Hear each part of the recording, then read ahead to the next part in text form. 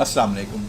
मौलाना room अपनी मसनवी में हज़रत सुलेमान अलैहिस्सलाम का जिक्र बयान करते हुए फरमाते हैं कि हज़रत सुलेमान को अल्लाह तबारक व तआला ने परिंदों की बोली समझने की कुदरत अता की हुई थी।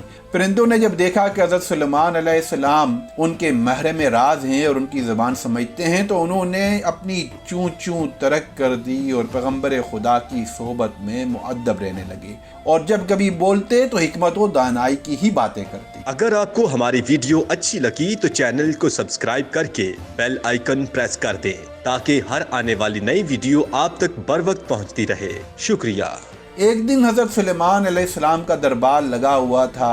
मामूल के मुताबिक तमाम चरिंद व परिंद हाजिर थे और दरबार में अपनी अपनी ज़बान में बातें कर रहे थे। तजर्बे और दानाई की नहरें रवान थीं। इस रोज़ परिंदे अपनी सिफात और हुनर बयान कर रहे थे।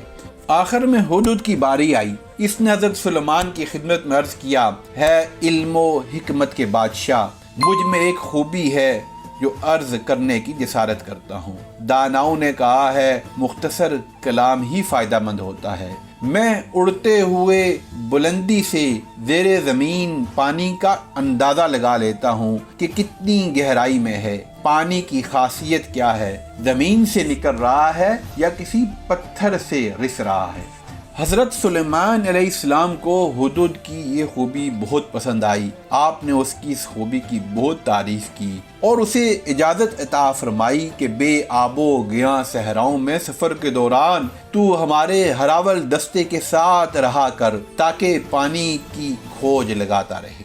कव्वा बदनीयत था। जब उसने सुना कि हुदहुद को हरावल दस्ते में शरीक होने का एजाज़ अता हुआ है तो हसद की आग में जलने लगा। फ़ौरन पैगम्बर खुदा अलैहिस्सलाम की खिदमत में हाज़िर होकर कहने लगा, हुज़ूर, हुदहुद ने आपके हुज़ूर सख्त गुस्ताखी की है। इसने झूठा दावा किया है, इसने किज़्ब बयानी से काम लिया है। इसको इसकी जुर्रत की सज़ा दी जाए। इससे पूछिए कि तेरी नज़र ऐसी तेज़ है कि पाताल में छुपे हुए पानी की खबर दे देती है, तो फिर तुझे ज़मीन पर बिछा हुआ जाल क्यों नज़र नहीं आता जो शिकारी तुझे फांसने के लिए लगाता है? ऐसा हुनर रखता है तो जाल में गिरफ्तार क्यों हो जाता है? आसमान की बुलंदियों से तू पानी को तो देख लेता है मगर वो जाल तुझे नज़र क्यों नहीं आता? बदनीयत कव्वे की बात सुनकर हज़रत सुलेमान अलैहिस्सलाम ने हुदहुद को बुलाया और उसे दरियाफ्त किया कि हुदहुद, तू अपने दावे की सदाकत का सबूत पेश कर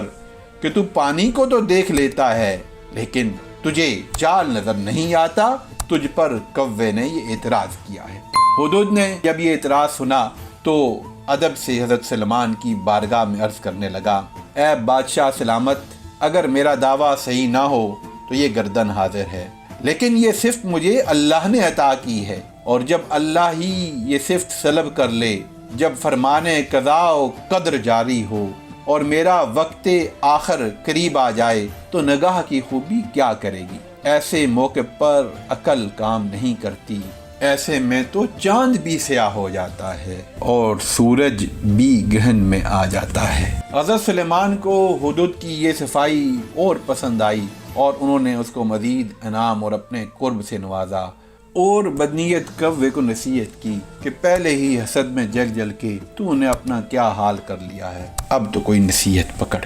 मौलाना रूम दरअसल अपनी इस हिकायत के ज़रिए हुदहुद की ज़बान में इंसान को ये समझा रहे हैं कि अल्लाह तबारक व तआला अपनी मसलहत के मुताबिक तदबीरों को तोड़ देता है। क़ज़ा के सामने किसी की नहीं चलती।